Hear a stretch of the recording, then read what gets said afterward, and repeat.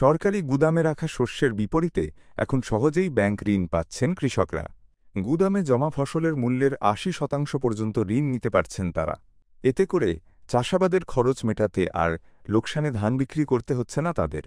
শনিবার দিনব্যাপী সরকারি সমন্বিত ভবনের মাল্টিপারপাস হলরুমে জেলা কৃষি বিপণন অধিদপ্তরের আয়োজিত শস্য গুদাম আধুনিকীকরণ ও ডিজিটালাইজেশন প্রকল্পের আওতায় এক কর্মশালা থেকে এসব তথ্য জানা যায়।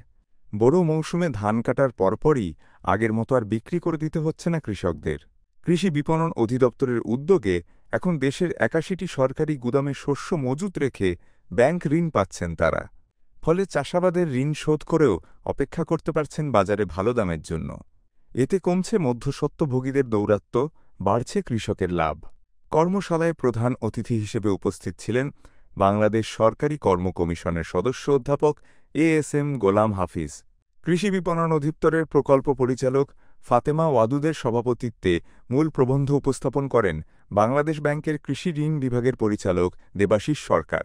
কর্মশালায় আরও উপস্থিত ছিলেন জেলা প্রশাসক ড মানোয়ার হোসেন মোল্লা, কৃষি বিপণন অধিদপ্তরের পরিচালক ড মোহাম্মদ মুসলিম, উপপরিচালক মফিদুল ইসলাম, জেলা কৃষি সম্প্রসারণ অধিদপ্তরের উপপরিচালক ড রবিয়া নূর আহমেদ, জেলা কৃষি বিপণন কর্মকর্তা মোর্শেদ আল মাহমুদ।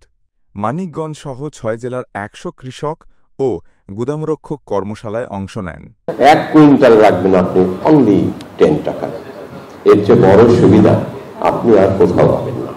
সেই কারণে এই ব্যবস্থাকে শক্তিশালী করার জন্য আমার সবচেয়ে ভালো লাগতো যদি এখানে এগ্রিকালচার মিনিস্ট্রির সেক্রেটারি থাকতেন, অ্যাডভাইজার থাকতেন, যারা ফিনান্স ডিভিশনের লোকজন থাকতেন, যারা বাজেট বরাদ্দের সাথে জড়িত থাকেন, তারা থাকলে আমি বলতাম দয়া করে আপনার যেগুলো আপনার আননেসেসারি এক্সপেন্ডিচার, অনেক কিছুই আছে আমাদের, আমরা জানি এগুলো হয়, যেহেতু আমি শিক্ষা গবেষণার সাথে জড়িত, আমরা জানি কোথায় কোথায় আননেসেসারি এক্সপেন্ডিচার হয়। ওগুলো বাদ দিয়ে আপনাদেরকে কৃষকের কল্যাণের জন্য এই গুদামজাতকরণ কর্মসূচি যেটা, সেটিকে আধুনিকীকরণ করার জন্য বাজেট বরাদ্দ দেওয়া উচিত। সেকেন্ড হলো এখানে যারা কাজ করে, যারা এর সাথে জড়িত, এটা তো একদিনের জন্য নয়, কিন্তু এই কর্মসূচিটা আপনার ফুড এমন একটি বিষয়, মোস্ট বেসিক ইলামেন্ট, 5টার মধ্যে ফুডই হলো সবচেয়ে আগে। আপনার ফুড থাকবে না, আপনার কোনো অ্যাবিলিটি থাকবে না। সেই কারণে ফুড নিয়ে কাজ করছে এই এগ্রিকালচারিস্টরা, সংশ্লিষ্ট চাষিরা, আপনার এক্সটেনশন ওয়ার্কার, রিসার্চার, সবাই। এবং কৃষক যদি না থাকে আপনি আমি বাঁচব না এবং আমাদের কোনো অস্তিত্ব থাকবে না, এটা মনে রাখতে হবে।